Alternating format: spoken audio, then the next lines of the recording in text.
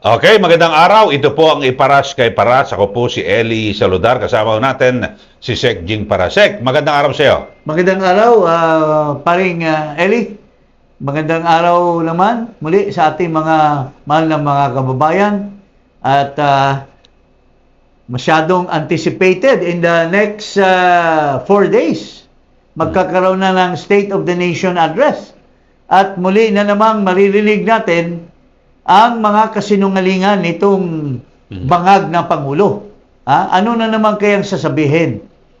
Parang pahapyaw lang, in the eve of his SONA, napanood naman natin sa buong mundo yung galit ni Trump sa ICC at yung sinabi ni Senator Rubio, who is now the State Department Secretary, na talagang masigasig sila na pupukpukin nila ng gusto ang ICC, no?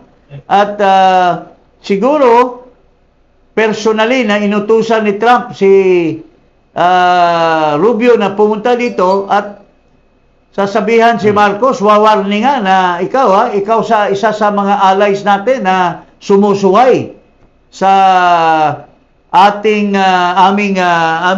pagsulong against sa ICC, na ang mga alyansa ng Amerika ay wag na makipag-ugnayan sa ICC. Kaya Mr. President, Bangag Marcos, we are warning you as our ally na do not defy the United States resolve against the ICC. Parang yun ang nakikita ko, paring Eli, di ba? Anong tingin mo? Okay, so yan ho, at siguro maganda pag-usapan din yan at Yes. yung implikasyon at ng SONA, ito yung pangalawa sa huli na SONA ni Pangulong Marcos Jr. Yes. At kasi nung isang taon, last year, isa ho sa tumatak ay ang mahiya naman kayo. So inaabangan natin kung ano naman kaya ang sasabihin ni Pangulong Marcos dahil sa makalipas po ang isang taon ay parang ako ho, personal ako, wala akong nalaman na sabihin natin magandang resulta sa investigasyon sa flood control scandal na ito eh. Siguro ang sasabihin ni Marcos na siguro konting pacify ng taong bayan, sasabihin niya, mga kababayan, ako naman ang nahihiya. Ako naman ang nahihiya. Bakit ako nahihiya? Dahil wala po akong nagawa. Sa mga sinabihan kong mahiya, hanggang ngayon ay yumayari pa rin sila sa kaba ng bayan. At ako'y nahihiya dahil wala akong nagawa. Gumawa ako ng ICI.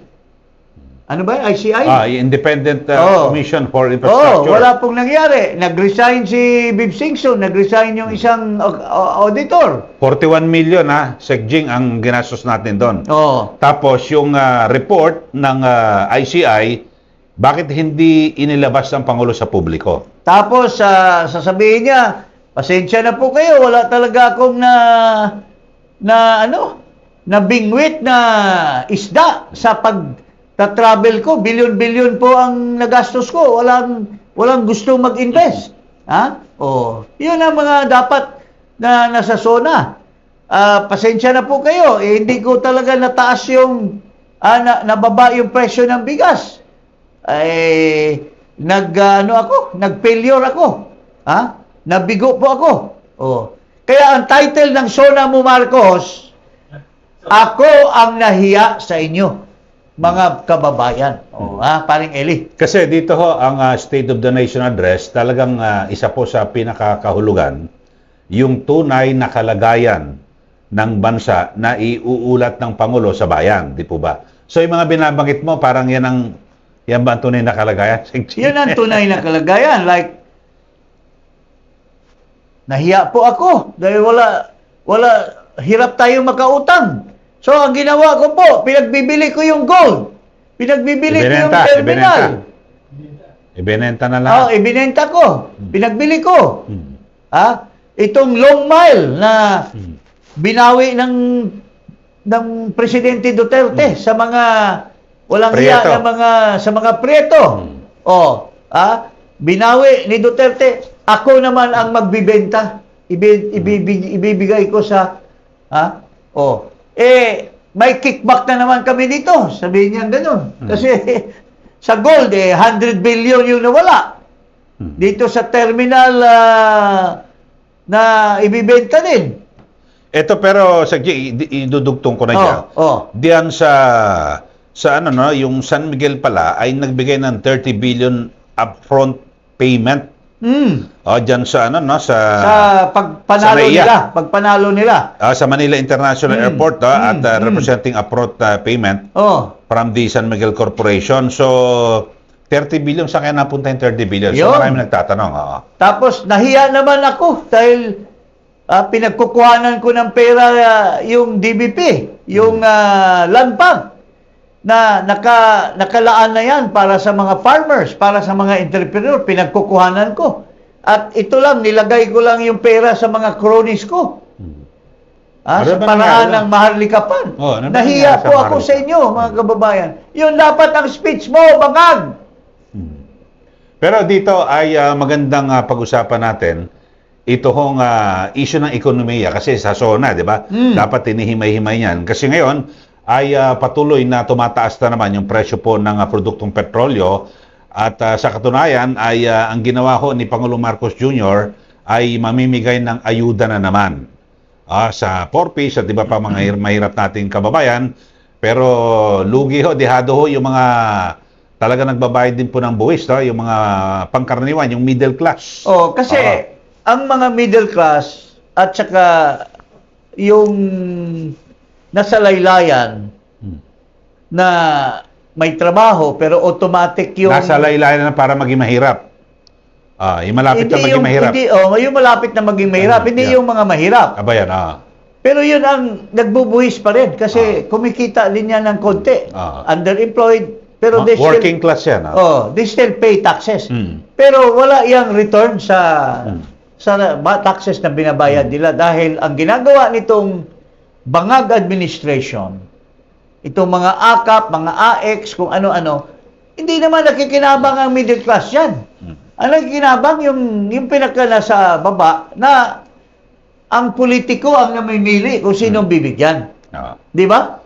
So, masang yung Pilipino. masang Pilipino, yun ang, pero hindi nga maganda nga itong solusyon, itong social amelioration. Dahil hindi nabibigyan lahat, pare. Hindi patas. You can only give so much. Whereas kung pinambuti mo yung economy, mataas ang kinikita ng mga taong bayan, mga kumpanya, nakakapag-employ sila.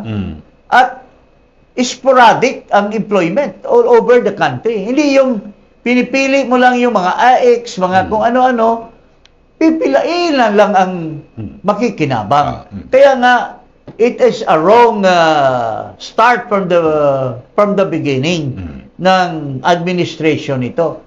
Inumpisan ito nung falsifikador na social welfare na ni-reject ng Commission on Appointment. Yung falsifikador na sinasabi niya na Amerikano siya. Itong mayabang na senador dyan na falsifikador.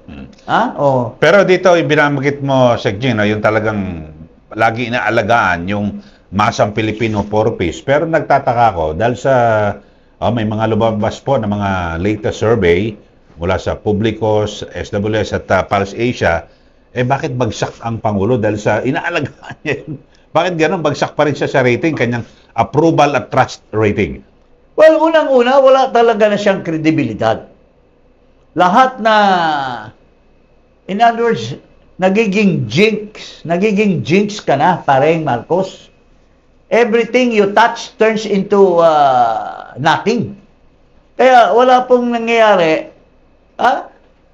Umpisa pa lang, Department of Agriculture. Pinipilit niya maging sekretary. Papakita sana siya ng gilas. Pero tamad naman Hindi nga pumapasok sa opisina. To the extent na nalulusutan siya ng mga smuggler. Sabi nga ni Saldico, yung brother-in-law daw niya at yung may bahay ang namumuno dyan sa smuggling. Pinapahinto pa yung sabi ni Saldico, pinapahinto pa yung hearing sa Congress. O, so, walang nangyayari sa kanyang agriculture. Yung tatlo niyang mga cronies, binigyan ng exclusive, contract na sila lang, yung Escaler, yung isang inchik, yung isang inchik. So, yun ang mga nangyayari sa ating bansa. Okay. Kaya wala talaga ng tiwala ang taong bayan. Pero dito, Sejing, maganda, ikonsulta rin natin sa isang ekonomista na dating opisyal ng Bangko Sentral ng Pilipinas, yung tunay na kalagayan ng ekonomiya. Ito po, si Ginang Cora Guidote, we will give you a glimpse of the real state of the nation na pinangunahan niya kasi baka nga mangbobola na naman, mambubudol na naman itong bangag na Pangulo natin doon sa SONA. Kaya nga, sabi ni Guidote, ito yung mga nangyari. Kaya kami ni Paring Eli, dapat nagsuggest kami ng title ng kanyang 2026 SONA na Ako ang nahihiya sa inyo. Yan dapat ang title mo, Marcos. Ito po, mga kababayan. Panoorin natin. Panoorin natin si Ginang Cora Guidote on her advanced state of the nation. Magandang araw sa inyong lahat. Alam niyo naman na malapit na ang SONA ng Presidente ngayong Hulyo, no? Kaya unahan ko na siya kasi papakita ko na sa inyo talaga kung ano yung kalagayan ng ating ekonomiya. Bago magbigay siya ng mga impormasyon na malayo naman sa katotohanan o kaya hindi talaga totoo. So, tingnan natin ngayon itong aking prepare na PowerPoint kasi gusto kong pagtagpi-tagpiin yung mga numerong pinapakita ko sa inyo sa Facebook. Kaya lang kasi paisa-isa yun, no? So, maigi na buuin na natin yung kwento. Pero ang gagawin ko dito ay dalawang yugto ko gagawin para hindi masyadong mahaba ang isang yugto at saka mas madaling ma-digest o maintindihan para hindi rin kayo masyadong ma-overwhelm sa mga numero na ipapakita ko. Okay. So dito sa unang yugto, pakita ko sa inyo yung pinaka-epekto ngayon sa ating ekonomiya buhat nung nag-umpisa si BBM sa kanyang administrasyon. Tapos sa ikalawang yugto, doon natin papakita yung pangmatagalang epekto ng nangyayari ngayon para sa ating bansa at lalo na para sa ating mga kabataan.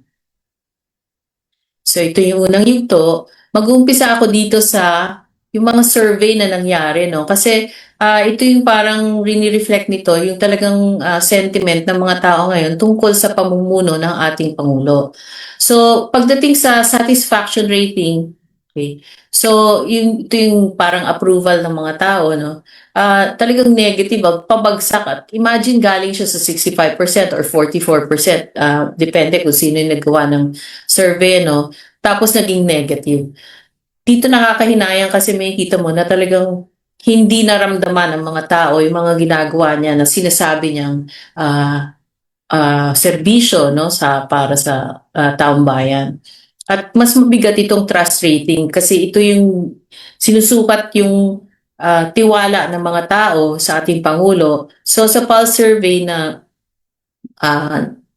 galing nung March 2026, -9 ng trust rating ng presidente. Tapos lumala pa nung naglabas ang Publicus Asia ngayong Hulyo at naging -27% na lang. Napakalalim yan. At na-discuss ko na rin yan sa aking Facebook page, no, kung bakit nagkaganyan. Pero ang rason nito talaga parang mahirap nang paniwalaan ang mga sinasabi ng Pangulo kasi laging malayo sa katotohanan. Lalo na noon sinabi niya, kaya pa natin umakyat ng 6% ang ating ekonomiya. Pero ang katotohanan, nitong first quarter, 2.8 lang ang inakyat. At bago pa to nagkaroon ng krisis sa langis, no? Hindi nila pwedeng isisi sa krisis ng langis ito kasi nangyari ito first quarter. Yung krisis ng langis, nangyari yan towards the end of the first quarter. So, wala pa masyadong epekto yan dun sa ekonomiya natin nung first quarter. So, dito makikita nyo yung trend, no? So, noong 2024, 5.7% lang ang inangat, hindi umabot sa 6%. Tapos ngayon 2025, bumaba pa, 4.4%. Kung tutusin, kasi naging presidente siya ng 2022, over those 3 years na naging pangulo siya, dapat, kung maganda ang kanyang pamamalakad ng ekonomiya natin, dapat umangat na ito. Maaring umabot nga sana sa 6%. Pero dahil hindi maganda yung kanyang pamamalakad at maraming nangyaring korupsyon, bumaba na nga yung mga components ng ating ekonomiya at i-discuss ko yun mamaya. So, ngayong fourth quarter nung 2025, bumaba siya sa 3%. Dapat nga mataas ang fourth quarter kasi may holiday spending yan dahil may Christmas, may New Year. So, usually maraming gumagastos ng pera dyan. So, normally dapat mataas ang fourth quarter. Pero 3% lang ang inangat niya kumpara sa 5.3% nung fourth quarter nung 2024. Tapos, itong 2026, lalo pang bumaba ng first quarter to 2.8% na galing sa 5.4% noong 2025 na first quarter. So makikita nyo talagang pabagsak ang trend ng pag-angat ng ating ekonomiya. At syempre nag-ugat ang panghihina ng ating ekonomiya dahil sa malawakan at dambuhalang korupsyon. At makikita yan dito sa mga numerong to kasi yung in-approve na budget or General Appropriations Act, kaya GAA, ay napakalaki or lumobo siya kumpara dun sa National Expenditure Program. Ito yung proposed na mga departamento. No? So, nung dumaan na sa BICAM, at nung na-approve na ni Presidente, talagang lumobo yan, lalo na nung 2024. Makikita nyo, bago 2022, zero yung mga tinatawag na insertions, no? Kasi hindi pinayagan yan ng previous administration. Pero itong pamamahala ni BBM, talagang lumobo yan ng bilyon-bilyon talaga. So, hindi natin alam kung saan napunta yan. Kaya nagkaroon ng mga ghost projects. So, ito po yung trend. The economy is dependent on the growth rate, pare. Kung mababa yung growth rate mo, deficit yung gross domestic product, GDP, indicator yan that the Bureau of Internal Revenue and the Bureau of Customs and other collecting agencies of government ay walang sinusustain na growth.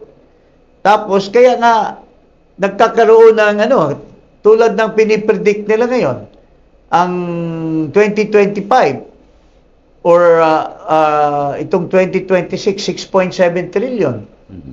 Paano mo mapupunduhan niya ang 6.7 trillion? Ang growth rate mo 2.8% na lang towards itong quarter na ito. Saan mo kukunin yung pera? Manghihiram ka. They will go into massive borrowings. Because ang bubunuin mo, kung 2.8%, siguro ang revenue lang 5 billion. Or kulang-kulang pa na 5 billion, baka 4.6 billion lang. Tapos ang budget na i-deliver mo is 4 point something trillion, tapos 6.7 trillion, ang laki. Almost 2 trillion ang hahanapin mo pera para mabuno mo yung budget. Saan ka pupunta? Borrowings. Dahil wala tayong magandang economy, mataas ang presyo ng borrowings natin. Tama. Tapos mataas ang interest. Hindi natin maibenta ng gusto yung natin, yung mga bonds na yan. So, ngayon nagyabang pa itong in-check na Secretary of Finance na, we were happy, we were able to sell happy ka ba yung asset mo, ibibenta mo para ibabayad mo sa utang? Anong klaseng yan? Ekonomiya? Hindi niya naman asset kasi yun Ito si Frederick Go, pagkawalang hiya mo, Frederick Go, nagmamaang-maangan ka dyan, na magaling ka dyan sa kwan. Kaya nga nabenta mo kagad dahil magaling ka sa real estate, hindi ka magaling sa finance. Kaya happy-happy ka na magaling ka magbenta ng real property, kaya nabenta mo yung Mylong. Pero in terms of raking in money to finance the deficit of our General Appropriations Act, wala po kayong, hindi po kayo sikat dyan kasi contributor kayo sa eleksyon at hinire lang kayo dahil parang bayad lang sa serbisyo na ginawa nyo for donating campaign funds to Marcos in the last election. Oh, hindi ba paring Eli? So Pero- anong masabi mo? Pero pinakamatindi rito kasi yung ekonomiya. Tapos ngayon ay nananatili pa rin, no, na mababa ang kumpiyansa ng mga negosyante dahil sa wala nga hong naresolba at walang naging maayos na resulta ng investigasyon sa korupsyon dito sa ating bansa. So talagang bagsak yung kumpiyansa, paano uunlad yung ating ekonomiya, Sec Jing? Kung At ganon. saka lalong pahirap ng tao. Dahil unang-una, ito chain reaction ito If you recall, kung sino mang asshole yang nagbigay sa kanya ng na magtayo ng Marlica Fund, maganda yung idea because all over the world ginagamit yan. Pero mayroong source of funding na hindi naapektahan yung ibang industry. Di ba? Kung sobra ang pondo. Kung pwede sobra, na. mayroon kang surplus. Maganda yan. Pero kung kukunin mo sa land bank, you have deprived the farmers of their loan facilities. Kaya bababa yung production. Ito naman sa DBP, kinukuha na mo ng 50 billion, you have deprived the entrepreneurs, yung mga small industries to borrow money to put up manufacturing concerns, di ba? So, you have deprived them. So therefore, walang ROI. Ibig kung iniwan mo sa land bank yan, iniwan mo sa DBP, ongoing concern na yan. Pero nilagay mo sa Marlica Fund, ang kumikita lang yan yung konsing na Pinapasweldo lang natin. pinapasweldo lang yan. Tapos sino yung mga pinahiram, mga cronies din. Mga cronies. So, wala talagang pinipiga mo, Marcos, yung taong bayan. So, yun po. Kaya walang balik. Tapos yung foreign direct investment, puro labas ang pera kasi ginastos mo sa junket mo. Pati yung localit mong babae dyan sa Malacanang, pinatravel mo pa doon sa Canada. Wala namang silbi yun doon. Nagsasayang lang ng pera yun. Wala namang purpose siya doon sa travel na yan. Pareho lang kayong dalawa. Nagsasayang ng pera sa bansa. So, ergo, itong sinasabi ni Miss Cora Guidote, talagang bagsak ang ating bayan ngayon, paring Eli. Okay, so abangan natin yung SONA ng Pangulo at para malaman natin. Ano na naman kaya? So, Mr. Marcos, ito po ang suggestion po namin dito sa aming Iparas kay Paras. Ang title ng SONA, kung nahiya sila noon, ikaw ngayon ang mahiya naman ako sa inyo ngayon. Ayan. Yun ang title mo. Okay, wag pong kalimutan na mag-subscribe dito po sa Iparas kay Paras at i-click ang notification bell. Maraming salamat po. Magandang araw po sa inyo lahat.